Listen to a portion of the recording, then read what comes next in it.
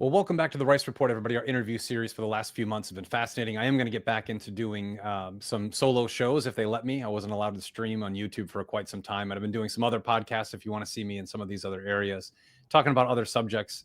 It's very important to cover the world that we live in today. And as you well know, if you watch the show, I talk about the three things you're not supposed to: money, politics, and religion. And today we're kind of getting into two of those three in the area of Portland, which is a really significant area in America right now. And we're very humble and thankful to have Commissioner Ben West here to talk about this scenario. So I get told this all the time. I'm a horrible self-promoter. If you like these shows, you like what we're doing, click subscribe and share. I feel like a 17-year-old kid saying that, but I could definitely use that. It's I don't make any money doing this. We just want to get the word out because we bring people who are coming from the heart of issues onto this show. And Commissioner Ben West, thank you for joining us here today. Let's get into Portland and what's happening there right now. Hey, Eric, thanks for having me. So right now we have National Guard there. We have a huge scene. I just went to Portland. We were talking about this off camera a little bit. I just went to Portland for the first time in probably 8 years or so. 8 years ago was an amazing place. Then I saw videos coming from the internet, and I was like, I'm not going here anymore. And when I went for a conference there, I stayed in a really nice hotel. First of all, the airport's beautiful. Like, it's a gorgeous, clean airport. And then I was in this nice part of downtown. Everything seemed fine. I started asking people, like, where's this Antifa and the barricades and all this stuff? And they said, oh, they moved everyone out.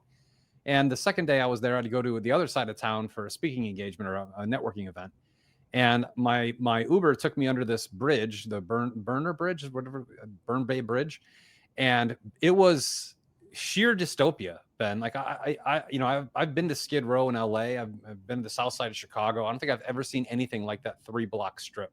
Tents, drugs, open sex, open drug use. I don't know if the dog was alive or not, but a dog laying on its back didn't look like it was moving. People just walking over it didn't move. It was horrible. What is going on in that city? It's such a beautiful place. What is going on there for the last decade?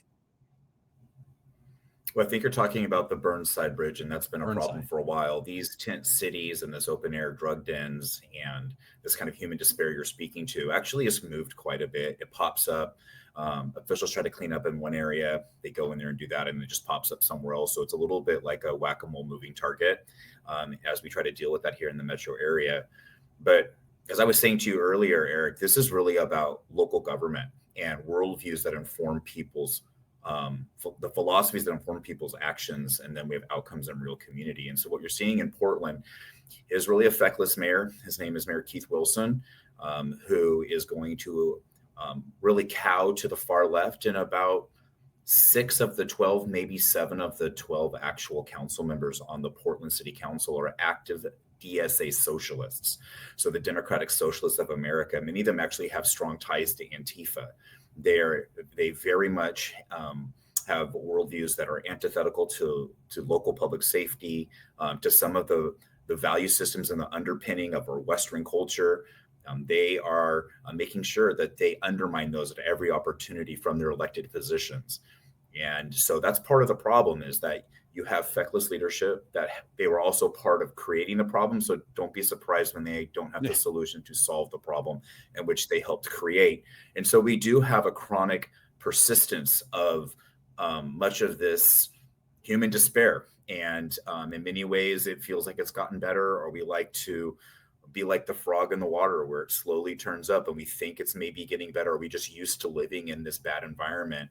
But what happens is that local government, including state government, has created an environment that has allowed these seeds of dystopia to grow in the city of Portland, which once used to be a crown jewel on the entire West Coast. It was a beautiful city. It doesn't look so much like the City of Roses any longer, but at one time, it was a really amazing place. No, it was. I remember going there when I lived in California. I used to go up there quite a bit for business and pleasure. Some of the best microbreweries, some of the best steak and burger I've had on the West Coast. Beautiful greenery around the city. Now, the funny thing is, where I was staying was totally fine. It was cleaner. It looked like certain parts of like Indianapolis or something. Very, very small city feel. But man, you turn a corner, it's like LA. LA, you have $10 million mansions. You hang a wrong left-hand turn and you're in Compton. And Portland's kind of becoming that same thing. So what is the general feel on the ground? I know there was a Fox reporter that was there who got punched or something. She had a big black eye. What is happening from the street level in Portland right now? Yeah, that was Katie Davis Court, and she's been reporting in front of the ICE detention facility since June. And just the other day, last week, a violent protester, a criminal protester, took what I think was a thick wooden flagpole, smacked her upside the head. She's lucky to have not lost her eye. Incredibly black and blue, swollen, concussed. And so Katie is lucky to not be worse off than she is. But for the sole purpose of doing independent journalism, she wasn't safe to do that in the streets of Portland. And a violent protester, I believe a domestic terrorist, attacked her. And so you saw me recently maybe even put out a tweet that I was appalled that in the city of Roses in the United States of America, journalists are not safe right now. And that's something that we have a duty as local officials to ensure, is that public safety is our priority. And if you're coming here operating the way you should, operating the First Amendment and your constitutional rights, we have the solemn duty as a local government to make sure, no matter what your viewpoint is, that we protect those rights. And that's not actually happening down in Portland right now, especially right in front of the detention center. I'll break down here's one myth I try to break with people. You know, I'm in Texas, so when I went to Portland, they said, "Be careful, man. It's all the crazy." I'm like, guys, it'll be fine. You know, there's this mythology people have of places they don't go where every part of the city is dangerous. There are definitely dangerous parts of every city, and there are also really good parts of every city, every town in America. Why is it so segregated to that one specific area? Is that because of the local politicians just allow it to happen there? Because we were talking before, and you said it just like this dystopia just moves every time they make a change, and that there are 3 counties involved in Portland. Explain that to us. Yeah. So just so you have an idea what Portland's like, it's in the northern part of the state. It's right next to the border of Washington state. And so you have Multnomah County, that's the North County that follows along the Columbia River. It's where most of Portland is. Most of that population sits in Multnomah County. Then you have Washington County to the west, which is a suburban. It's where Nike is, Hillsborough, Beaverton, and that's to the west. And then you have my county to the south. It's where kind of urban, suburban, and rural collide in Clackamas County. Those 3 counties make up the greater Portland area, but also just right across the river is the city of Vancouver, which is also kind of part of the Portland metro area, even though it's in the state of Washington. You just cross over the Columbia River. But yeah, so I govern as a commissioner in the South County. That's Clackamas County. Like you told me, you were in downtown Portland. If you drove 10 minutes, you'd be in my county. And it's a big county, but we are all interconnected, and we all deal with a lot of the same metro issues. But what this is happening. There's different things we've already kind of talked about. We've talked about the homelessness, human despair, open air drug usage. That is a crisis in its own right. And these are all happening under the same governance, the same worldview, these same value systems that allow these things to persist, right? But there's a different issue where there's these far left anarchists where the elected officials just give a wink and a nod and not really do anything and allow them to operate with impunity to the point to where they just create a level of lawlessness. Now, so this is happening outside of ICE because they're protesting Trump's immigration efforts. And Oregon is the first state to have sanctuary laws. So we hear about sanctuary state laws, city laws, but Oregon was the first to do it in the 80s. And since then, they've just bolstered that. They just expanded on that. And we probably have the most extreme sanctuary laws in the entire nation. So right now you're having a conflict between federal law enforcement wanting to enforce the rule of law and to do those things in which the duly elected president was mandated to do through his election. And then you have Oregon, who has always been a safe harbor for those that aren't here legally. And often those that have additional criminality to them find safe harbor here also. And so you're having that conflict right now. And then these criminal protesters or Antifa have got a strong root here in Oregon and in the Portland area. And when they feel like they have an issue that they need to pop off about, they're given safe haven to do that here. And it's almost like it's like a wink and a nod. It's like an implicit, like, go do it. And then actually you have Councilor Murillo on the city council. She's closely connected. She's a DSA member. She's closely connected to Antifa. And she was just on the news telling people how to actually evade law enforcement, how to do criminal writing and protesting, how to make sure you have your burner phone, and how do you make sure that you can continue to push back and do these things. And so you actually have not all that coded and all that it's maybe not as soft as maybe it's even more out there, more obvious, the support that they're having from the city's far left government. But we don't have that in my county, and we share a 12-mile border with Portland. Sometimes I joke and say maybe we should build a wall between our two counties. I'm kidding, but we don't have that same issue because we govern differently. We are much more pragmatic, much more balanced. One of our primary focuses is law enforcement and public safety. If you don't leave as a business out of Oregon, you're probably going to decide to open up your business in Clackamas County because we'll respect the individuals that sign the front of a paycheck, not just the back of one. Right. And we want to make sure that people have the ability to operate and to move safely and freely throughout the community in which they live, no matter who they are, where they come from. And we sometimes govern maybe in a nonpartisan way, but we're just about delivering results. And we share a 12-mile border with a city and a county that are in chronic failure. It looks like they just light government dollars on fire and never solve any problems. They continue to get real loud and throw a lot of rhetoric. But there's not really any solving of real chronic issues, and those issues that the nation is seeing continue to persist. Yeah, it was obvious being there that not your county, the other county in downtown is not favorable to business. There was probably 1 in every 3 retail locations was boarded up, closed, no one there, cobwebs on the door.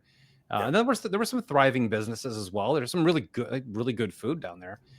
But man, I mean, how does a county get into this position? How are people not up in arms about this? Like, I get you want to give people the room to protest. When you start hitting people with poles and you start burning things down or open air drug use, how docile or domesticated have the people of Portland become? I know this happened in my backyard. There'd be, in Texas, this stuff doesn't fly here. I mean, it flies in the cities just like everywhere else. But like you try doing that outside the city in Texas, you're not going to have any luck, burning down buildings or any of that kind of stuff because the citizens will take it up. How domesticated has Portland become? It's ideological. It is a city that within Portland specifically and then within Multnomah County that is absolutely been captured by the far left. This also started in 2019 when Antifa in 2020 were allowed to continue to riot and continue to burn the city down, where they tried to burn down the federal building. It was night after night. It was all over the news. You literally had Joanne Hardesty, a commissioner, city commissioner at that time. It was a little bit different form of city government. They're called commissioners back then. But she was basically just saying it's all a bunch of white supremacists when clearly it was Antifa and it was BLM and it was crazy far leftist, right? So a lot of gaslighting. And now it hasn't totally recovered. It's just kind of like after everything is kind of slowed down and stopped and there's not as many protests, the businesses are still gone. They're still boarded up. Crime is still too high. Assaults are too high, and illicit drug use is too high. Like all of these things still persist. And so specifically to the ICE, right, it's really sad because that's been going on since June. If the local law enforcement weren't carrying water for far left politicians, not the rank and file, I want to be super clear, not the rank and file, they're in an impossible situation and are paralyzed from doing their job. The command staff, Chief Day, the mayor of Portland, Governor Tina Kotek, the city council, they have allowed this to persist since June. Right across the street from the ICE facility is a complex where people who are disabled, low income, vulnerable populations, often people of color, like they live across the street and they're living in terror for their lives. They don't sleep anymore because this has been going on for over 100 days straight since June. One of the disabled members, an African-American woman named Cloud. This ICE protest has been going on 100 days there? Over 100 days since June. Now what happens is, and I'll get into what that looks like because it's kind of varied, but right across, this is important because right across the street is this low-income housing for vulnerable people, often disabled people. Cloud, she went viral when she basically went down to the Antifa protesters, yelling at them because she just wanted one night's sleep. She wanted peace. And she's screaming at them. It's 2 a.m. We have to go to bed. She's had it.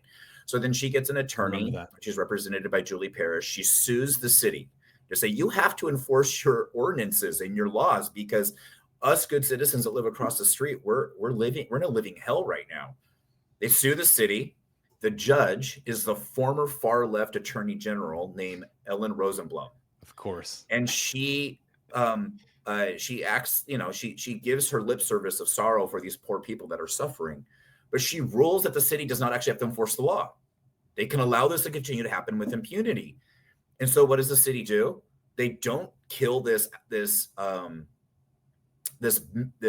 criminal protesting or these acts early in the crib. They allow it to foster and grow month after month. And now I work, oddly enough, just a few blocks. Now, I'm a full-time elected official, but I still keep my nursing license active. I'm a cardiology nurse. And so every now and then throughout the month, a day or two, I'll pull a shift. And you're in the reserves. I'm a naval officer in the United States Reserves. I'm also a nurse and help run a medical unit for the Navy. And I just said on my lunch break, I'm going to go see what it looks like during the day. So I go down during the day, and it's like 12 people. There's like this illegal encampment that's taken up like a third of a block with tents and garbage all over it, where Antifa just kind of hangs out and they're allowed to persist with their public little camp out. But then there's like somebody kind of dressed up like a furry, a trans-identifying person with a bullhorn. They're just yelling at the wind. Nobody's paying attention to them. It's not like a big, massive riot, right? It's just kind of a small little, for Portland, a small little dust up. Like a Smurf village for psychos. Yeah. That's perfectly, yes. And so you can go at night though, and there'd be a few hundred people, you can barely breathe because there's so much tear gas or like mace in the air, and it's quite dangerous, and it's quite chaotic, right? So it ebbs and flows. It's not like this constant thing. It's really like one city block and maybe leaks over into a couple other city blocks, but it's very in a specific area. And so, but it's been allowed to happen over and over again, and it isn't safe. So you'll hear the governor and you'll hear the mayor recently all over national news with our congressional delegation, and they'll be like, oh, it's all dog parks and urban rainbows, and let's all go out for a latte, and it's all wonderful. Portland's on the rebound. It's a renewal, right? And it's just like total gaslight, like absolutely lie by omission. Such an obvious lie that the governor and her wife decide to do a little walkabout, holding hands in the wonderful, beautiful parks of downtown Portland. Well, she's just about 2 miles away from the ICE facility. She's not being honest with you. She's lying where she is acting like it's totally safe and wonderful, but she's nowhere near the actual like AOC at the fence. Going on. Yeah. Oh, it's totally AOC at the fence. Yeah. And then you have Trump on the other end. You have the administration who's trying to like come in pretty aggressively here, a little bit like a meat cleaver instead of like a surgical kind of approach. And it's a war zone, and Trump loves his hyperbole. Trump uses big language. He's boastful. We've all known this for the last 10 years with how Trump communicates. And Trump says stuff. I mean, that's part of his presidency is Trump says stuff. So he's saying stuff about Portland. And so over here you have it just triggering everything, and all the people over here being triggered saying, it's a war zone, it's World War III. It's also not that. Right. World War III between furries. Yeah. It is somewhere in the middle, right? So it is lawless. It should not be allowed to exist. It is really, really tough for Oregonians right now, and people who just want to have a safe community and they don't want all this drama and all this nonsense. And it is hard for us. Where do these people come from? I mean, some of these people are paid for this stuff. Are they all? A lot of it. Well, listen, unlike other cities where you don't have this kind of homegrown terrorism, we just love to, we grow it here. We grow it like pine trees and fir trees. I mean, we just grow these people. We just put DMT in the water system. Oh yeah, we create the soil and we foster it, we foment it, we seed it, and here comes our black bloc. This is actually true. Like the murals on the sides of buildings in Portland are like, life is worth. I mean, they're very like negative stuff everywhere around that city, painted on the side of buildings. A lot of cool old edgy art on the buildings. ICE building. Even they painted it all over the ICE building, even though they're peaceful. Yeah. So like we're being gaslit like everything's peaceful. But okay, so if we go back to June, you have the issue with the apartments across the street. That's still a struggle. People feel threatened. They feel totally under threat. The Antifa protesters try to break into the ICE building. So now it's like most of the building on the outside is boarded up with thick plywood. And it's pretty tall. Like it's not like a little bit. Like the thing is boarded. Why is it boarded up? Because these people are nice? No, because they tried to illegally enter the building. Then you have the situation where they tried to zip tie the door shut as protesters and light the thing on fire. Okay, so that's not peaceful. That's a police report. I'm not making that up. That's in the police ridiculous. Report. Yeah. Then you have the issues where ICE is having to arrest quite a few people. But why are they arresting them? They're arresting them for assault. They're arresting them for property damage. They're arresting them because they're trying to use homemade devices to cause mayhem and destruction. They're arresting them because they've written graffiti all over the walls. And am I allowed to cuss on here? Yeah. I No. don't, but you can. Yeah, feel free. Okay, well, I'll say I won't say the word but that they spray painted. I'm just trying to be respectful. Sure. But it says Thank like you. F ice, or it says like ice sucks, or Nazis, and it's graffitied everywhere, right? All over the building. So that's not lawful. You can't traverse or even go down the streets at times. It's almost like when the mob takes over. So there is no access up and down the streets. There's no permits to take over the streets. And ICE has a hard time just getting in and out of its own building.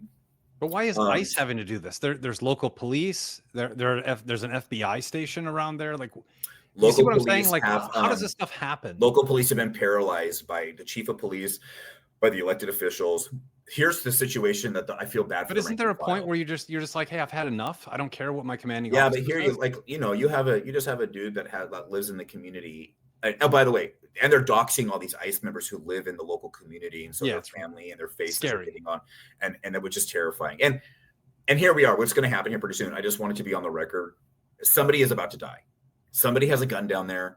There's now counter protests with young people. You're going to have, I don't know if you're going to have a conservative person with a concealed weapon or somebody. It's not hard, right? And the writers that point things, you're going to hit up one point. We are going to have somebody die, and somebody's going to have blood on their hands because they allowed this to persist. It's inevitable. It's persisting.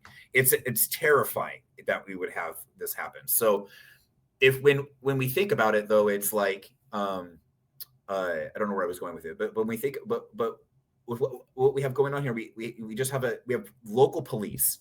The local police officers, rank and file, just mean they just want to go home to their kids.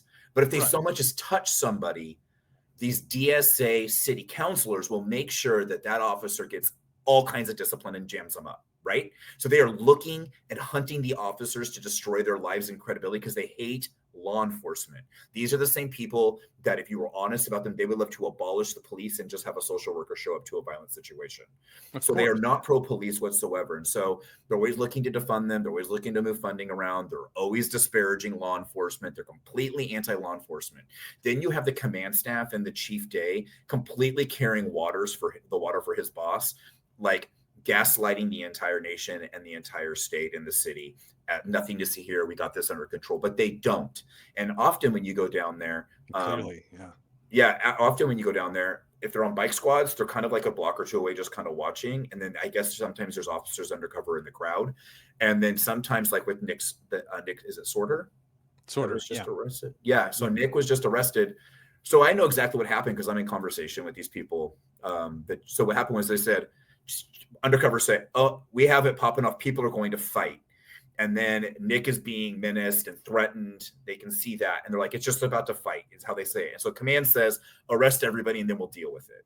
So then they arrest everybody. And then our DA, we actually got a good DA. We got rid of the George Soros DA. We got the good DA. Vasquez is a good guy. Looks at the evidence. Time will tell if they're a good DA. Time will tell. He is. We have the 3 DAs in the Portland area right now are awesome. And that's been a change. We worked hard for that. They don't buy into all this stuff. What a ridiculous one in Multnomah County did. The situation you're in is so ridiculous that you have to, like, we have to worry about people who have degrees and get jobs following the law that they studied and swore an oath to protect. I agree. That's ridiculous. But the DA dismissed all charges against Nick, and the Antifa members' charges stuck. The previous, that's not what would have happened. I believe that Mike would have been the other way around. It would have gone the other way around, and that's been the history. So there is this perception, and I'm not going to say it's totally false, that the Antifa gets to operate with impunity, and if you're so much at all perceived to not be on the left, then you're the ones that are going to get jammed up. But once again, the leadership, the culture has paralyzed and made ineffective local law enforcement. They are not capable of managing it because they already could have done it. It's like the same thing. The same people that created all the problems, don't be surprised when they don't have the solutions. If it's homelessness, substance use disorder, if it's anti-business climate, economics, if it's whatever these people are causing, whatever they've done when they've had all the reins of power, if it is falling apart, if it's the education system, don't be surprised if they created the problem, and don't believe the lie that they all of a sudden have the solution to fix it. They created this anti-police environment that make it impossible for local law enforcement to do their job and to feel supported without that individual or that officer's life being completely destroyed if they do their job. And so what do? They sit back. right? And they watch and they report and they don't ever they don't enforce the rule of law. It goes all the way back to when they fought the lawsuit where the residents said, please follow your ordinances. Please enforce the rule of law. Please don't allow these people to abuse the First Amendment. So my life is miserable every day and I'm scared to go home. The city and Judge Elwood said, oh, they don't have to enforce the law, right? So why would the police go and enforce the law, right? So I'm trying to find that nuance, though, where I have a heart for that and empathy for the local rank and file member of the Portland Police Bureau, but overall the leadership and the command staff have been useless and feckless. So how does sending the military in help, right? Because this is Yeah. you know, from my study of history and watching the world today, the people who are there are dialectic agents, right? They're an agent of a dialect. They're going to make it as dark as humanly possible in Portland, so you'll be begging for some sort of new leader to provide light. That's just the way the whole world works. Yeah. So these new guys that come in, be careful, because they will come. Eventually, people will get fed up, and I don't know if voting actually matters anymore, to be honest. Like the problems you're explaining, I don't think the average person in Portland voted for that. I could be wrong, but there's issues with everything. But yeah, in Portland, yes, they did. After being there for 3 days, I actually believe that. In most places, I don't. But yeah, it is. The average girl walking down the street looks like a dystopian hooker. I mean, it is. Blue hair and she fell into a tackle box. Yeah. Fishnet leggings, torn shirts, 4 colors dyed in her hair. I mean, it's really weird. It's like a Grand Theft Auto, but an entire city, like the whole city. But it's actually right now we're hearing all this about. Is the National Guard helping? Is it helping? There's military presence, and this hasn't stopped. So what comes next? What do we do? What can be done? The military is that we have National Guard in Portland, and it's getting worse. So is this solution actually helping? I believe the federal government has every right to protect its asset. Oh, of course. And to protect its officers. I think it is appalling that local law enforcement will not even do the basics to protect their fellow members in law enforcement. Absolutely. If an ICE agent got cornered by a bunch of thugs in black bloc, would that ICE agent be left to their own devices to be, hurt or assaulted? Would Portland police step in? I don't know if they'd be allowed to. Can we do basic so some of this is, I don't know. I'm not really comfortable with them. I don't think it's a war zone. I don't think it's an insurrection. And I don't know. But I also think we should all be honest. I also, yeah. But people aren't going to like that I said that, but I also don't think who cares? Safe and that people have any law enforcement. I don't feel like that people have. I don't think Cloud from across the street, like her rights to a livable space, that's not that, and to be under siege in her own right, like, and those people that are disabled living in those apartments, they also deserve to have the rule of law enforced 100%. In a civil society. And so what if there really isn't law enforcement? What if it is completely incapable and it has been muted impotent? It's become impotent. And so where does that happen, right? What is that line? Now, I think judges and the courts in the process will figure this out. I don't think Trump is trying to come down here and create military martial law. I think if you hear the most extreme of the rhetoric, once again, the truth is probably somewhere in the middle. Correct. I think the city should want to get this can't keep going. So it has to stop. I just want it to stop. So what should happen is that Portland police should ask for help and say we're in over our heads. And then there should be some type of partnership to just find who's in what lane and then figure out how to make it stop. And if you're an old lady across the street, if you're a boomer old lady across the street and you want to hold your sign and you want to have your say, then cool, stand on the sidewalk, have your say quietly. No one will stop you. That's your First Amendment right. But at all, if you want to do buffoonery and act a fool, there should be a partnership to make sure that is done. That there's no illegal encampments, that there's no illegal behavior, that there isn't violence, that people feel safe. Nobody gets to terrorize an American community and take over an area. This will just get worse over time. And so at a certain point, if the president comes in and shows some level of force temporarily and somebody doesn't die, at the end of the day, is my community safer? Probably. Does it look good? Does it feel good? Do we want that here? Is it it's not a war zone? I don't know. I mean, the courts will have to figure this out, but I just want it to stop. Yeah, you could say that on this show because like I'm not a Republican or a Democrat. I realize both of them are ridiculous to think they actually don't like each other. I'm a conservative though, very much a conservative, and I don't care what anyone says about me. I don't think it's necessary to if you're going to send the military into these cities, you just described the problem. The problem is the higher ups in the police department, it used to be a DA, mayors, those who are telling the people who are supposed to be doing this job to not do their job. Get rid of them. Send them. Get rid of them. Like we need to have a real heart to heart as Americans. Do we need military on the street for a bunch of trannies with flag poles? I mean, it's not like they're carrying AK-47s or something. But at the same Some time, of them are people quite live there. dangerous. I don't know if Andy knows, but you know who Andy Ngo is? Yeah, Andy knows great. Must follow the leading journalist internationally on this group and issue. If you haven't read his book Unmasked, a New York Times bestseller, I have. must It's read. But they're dangerous in a different way. It's not like you're dealing with, it's not Al Qaeda on the street. These people barely are armed. No, but I think that you're seeing more evidence of the political violence, not wanting to have any type of dialogue, and if at a certain point they feel like they have got to where they can justify hurting you or killing you. And Antifa is part of that group. The anti-fascist whole movement.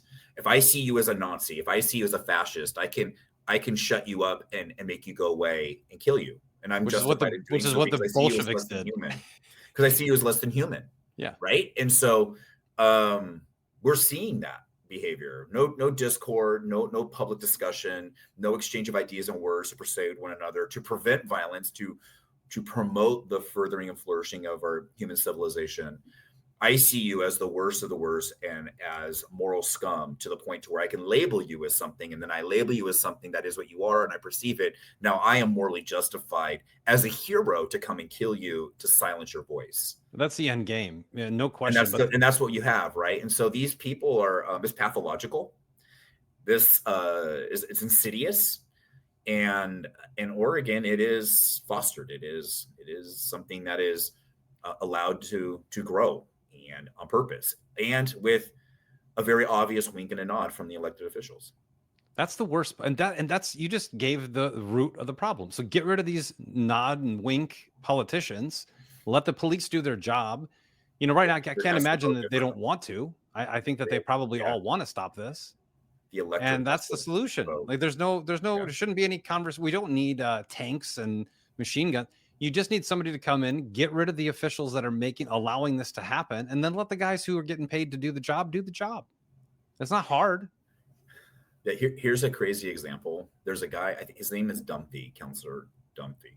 Oh, I just read something about this guy. PSU, Portland State University, not that long ago, was taken over by Antifa violent writers, did over $1 million of damage. They did a whole occupation of Portland State University, one of those university takeovers. We saw a number of them. It had to do with Palestine and an insane level anti-Semitism, chanting from the river to the sea.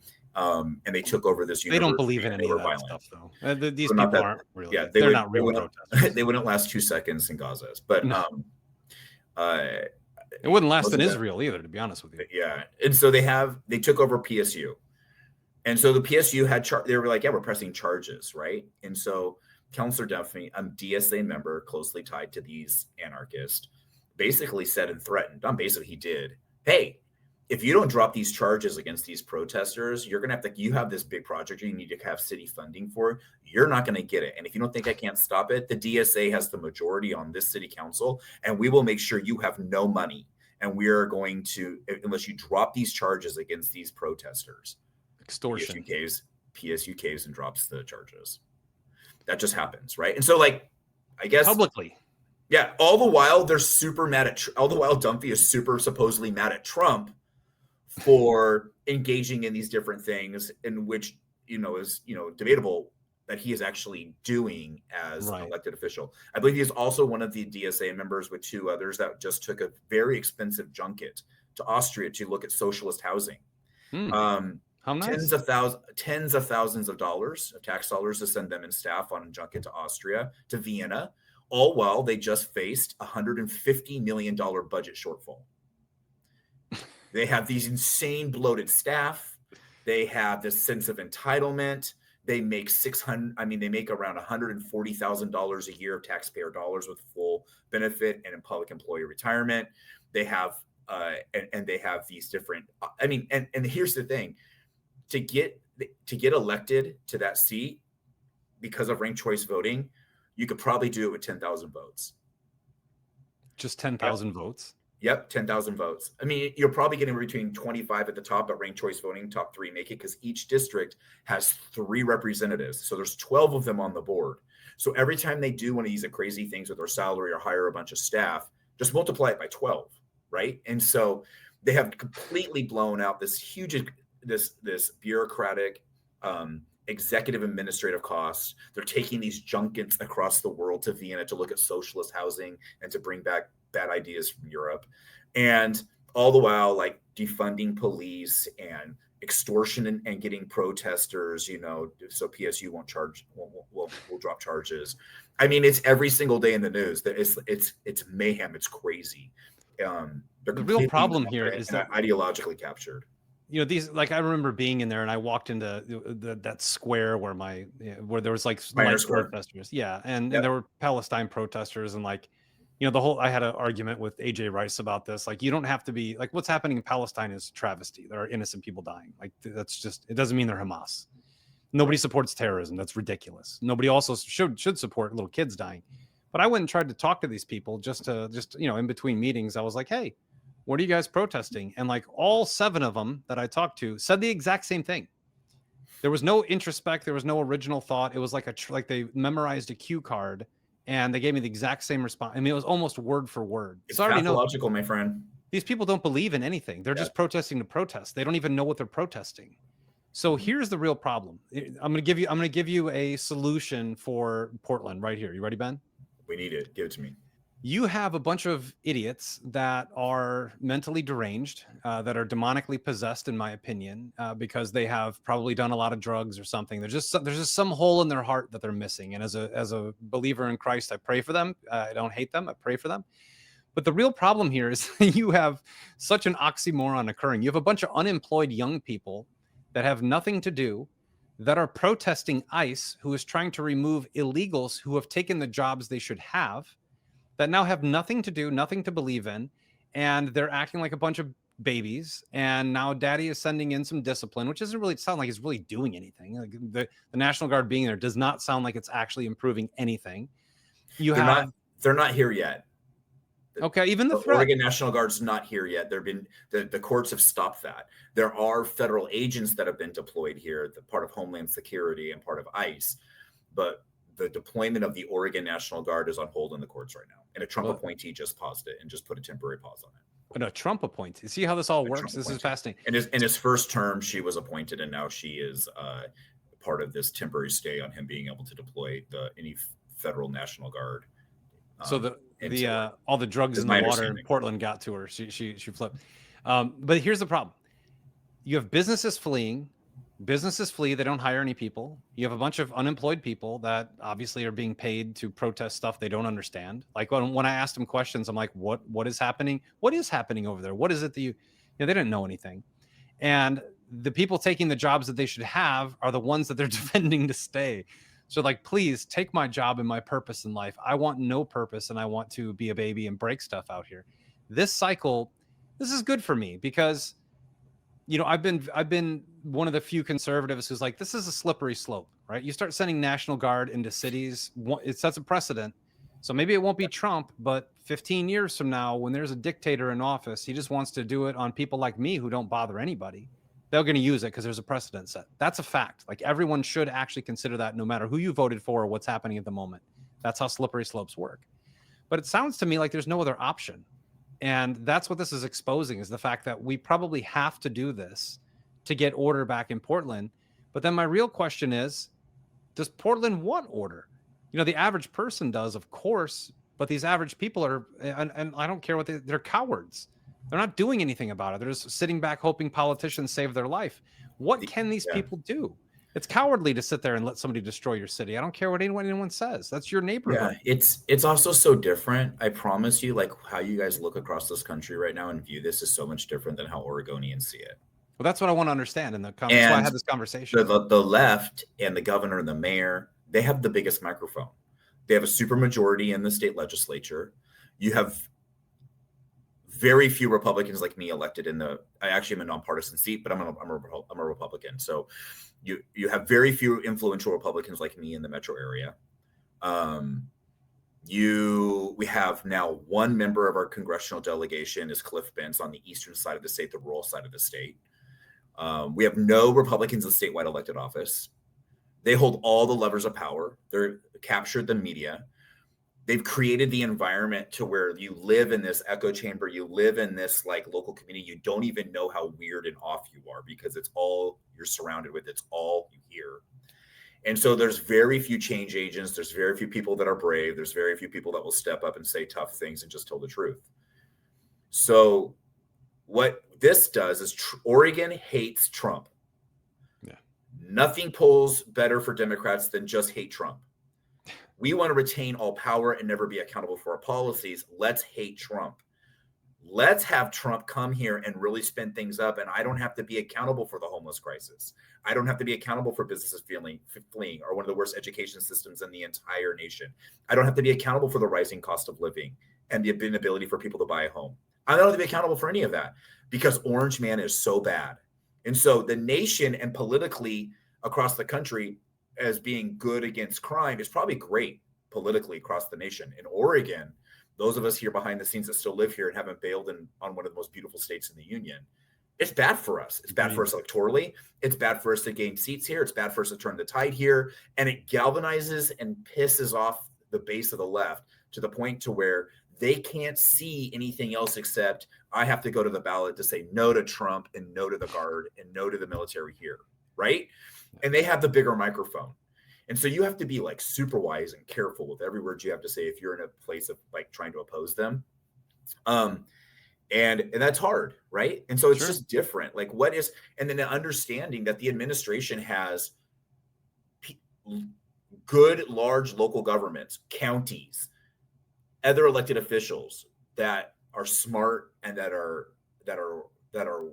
influencers that have voices that can be utilized, and that when you come in like a meat cleaver and we're collateral damage so that you can push a national narrative, right? And then Clackamas County, which is a sane county and a firewall against insane policies in the state because of our size and we're governed a little differently, we lose those seats, right? That just you're not turning the state around.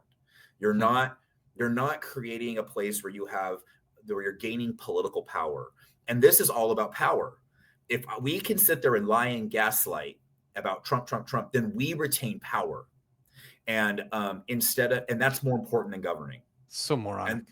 And so that's kind of where, I mean, little county in Oregon in the metro area, I'm over here like, oh my gosh, if we could have a conversation over here with the administration, if I'm back channeling with the head of the police union and other elected leaders and other influential commissioners, just trying to like find a glide path and solution to stop this, there is opportunity to make a bigger win out of this without sacrificing a lot of good people and a lot of those of us here doing our public service here in Oregon in a really difficult space. And I don't want to be collateral damage to a really, really, upset administration and a really, really upset ideological far left, governed state. So you're hostage. We're a little bit held. Yeah, that's right. Some of us are a little bit held hostage. And so at the end of the day, people got to vote. You got to register voters. Yeah. Go kick up dust. Somebody's waiting for you to kick up dust. Stop being a hostage. I have a few spicy tweets out there. I got a few spicy tweets. Now, just you need like a sign downtown or something, like stop the Marathon or something like that. Have me up there on a sandwich board, commissioner on a sandwich board. This is also very political, and I don't think people are seeing this angle. Just understanding how the dynamics work in politics in Portland, it's actually to their advantage to have Trump send in the National Guard. That is actually to their advantage. Oh, that will help. Governor and the mayor, they are salivating for their political power that they are adhering, that they're gaining right now, because their polling is horrible. The governor's running for re-election. Horrible. Like the lowest it's been for an incumbent governor. She's one of the worst rated governors in the entire nation. Now she's like, oh, I'm going to get reelected. And this is it, Trump. Thank you very much. I will retain all the local power in this state. When there is real strategy and movement that can begin to take part of the state back and moderate it, and we didn't get here overnight, but there are pathways to take, state Senate seats, House seats, county commissioner seats. These things super matter to be able to help turn the state around. And I don't want to be a lost leader and thought of just like, Sure. I don't want my whole image to just be Portland. I mean, Oregon's a big state by landmass. So we are about 4,000 square miles larger than the entire United Kingdom. Mm-hmm. We have a population of just over 4 million. And it's a beautiful state and a lot of different people with a lot of different resources and natural resources. We're incredibly blessed.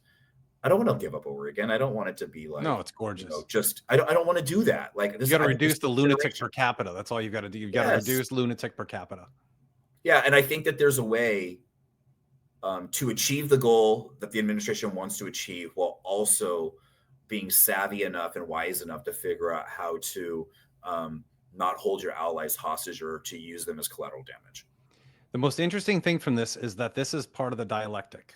Like this is beyond politics. This is more power play influence.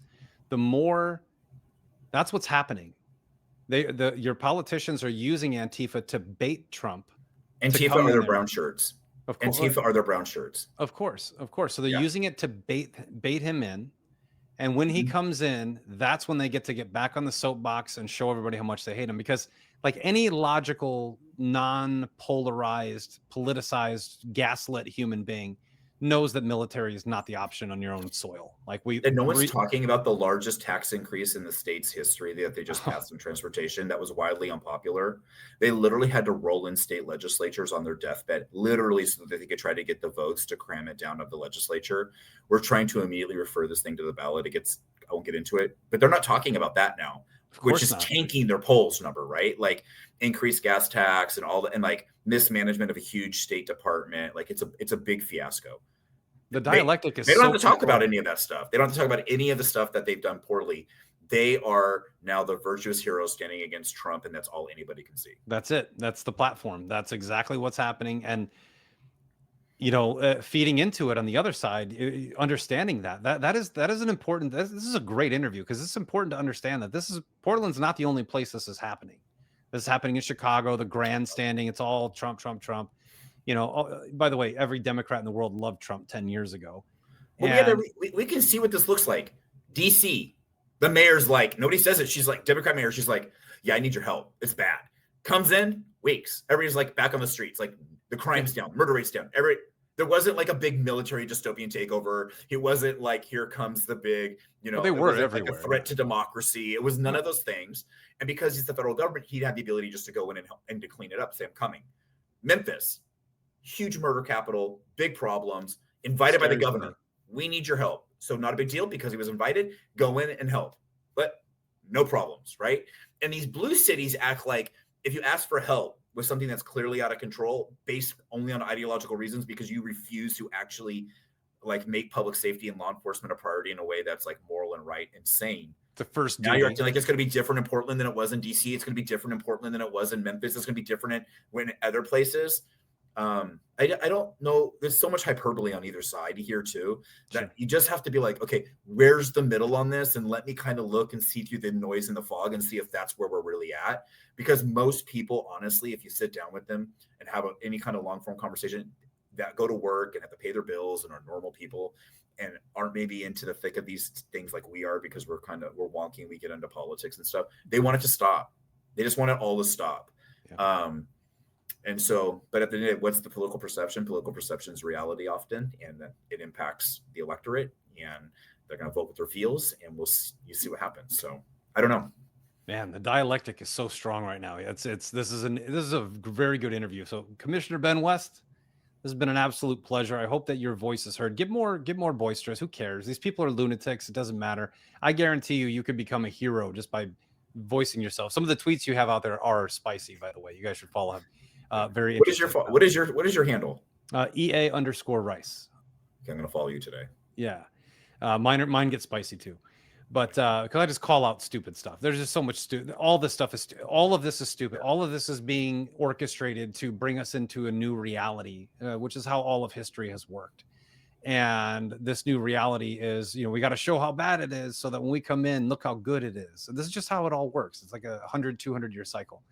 But Ben, thank you for joining us and telling us about this. I think that just having the revelation of sitting here, understanding that in crazy blue, Washington State's no different, California is no different, Portland's really captured. The state of Oregon, filled with amazing people, by the way.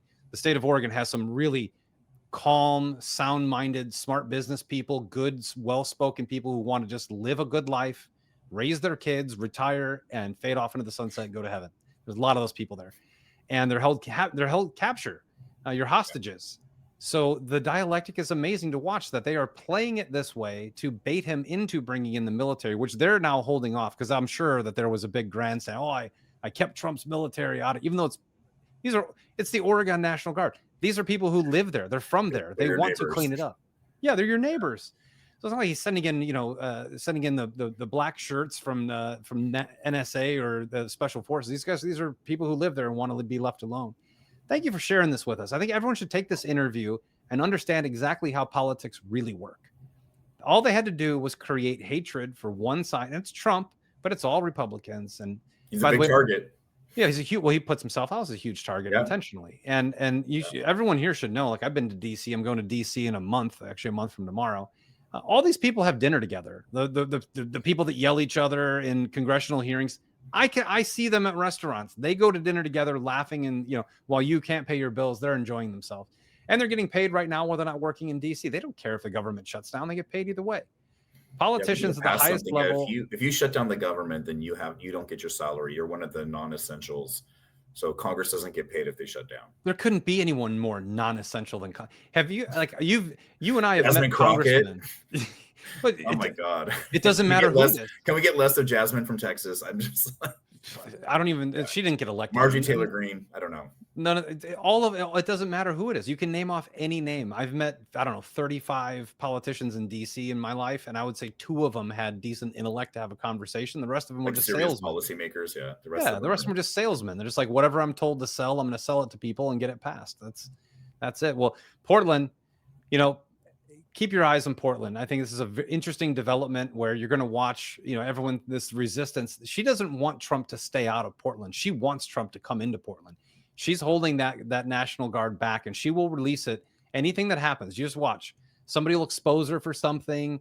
Somebody will call her out, and then she's going to go, oh, I can't hold it back anymore. Now it's Trump's bad guys are here trying to help all you people have a good life. Fascinating. Yeah, I just filed for re-election. We're actually hitting election season right now. Our primary is in May. And so we're going into election cycle. People are filing, and opponents, run against an incumbent or whatever. That's all happening right now. So those of us that are more sane and trying to change direction, say we want this over fast. We just want this to not be on the headlines. We need this to be the distant memory of residents that live here and voters. That's because I believe that you actually care. You have 2 other jobs. It's not like this is you're not a career politician. My life is okay if I'm not elected. It's okay. If the voters say, Ben, we choose somebody else, I'll be like, cool, then. The voters won't, because I don't think serve.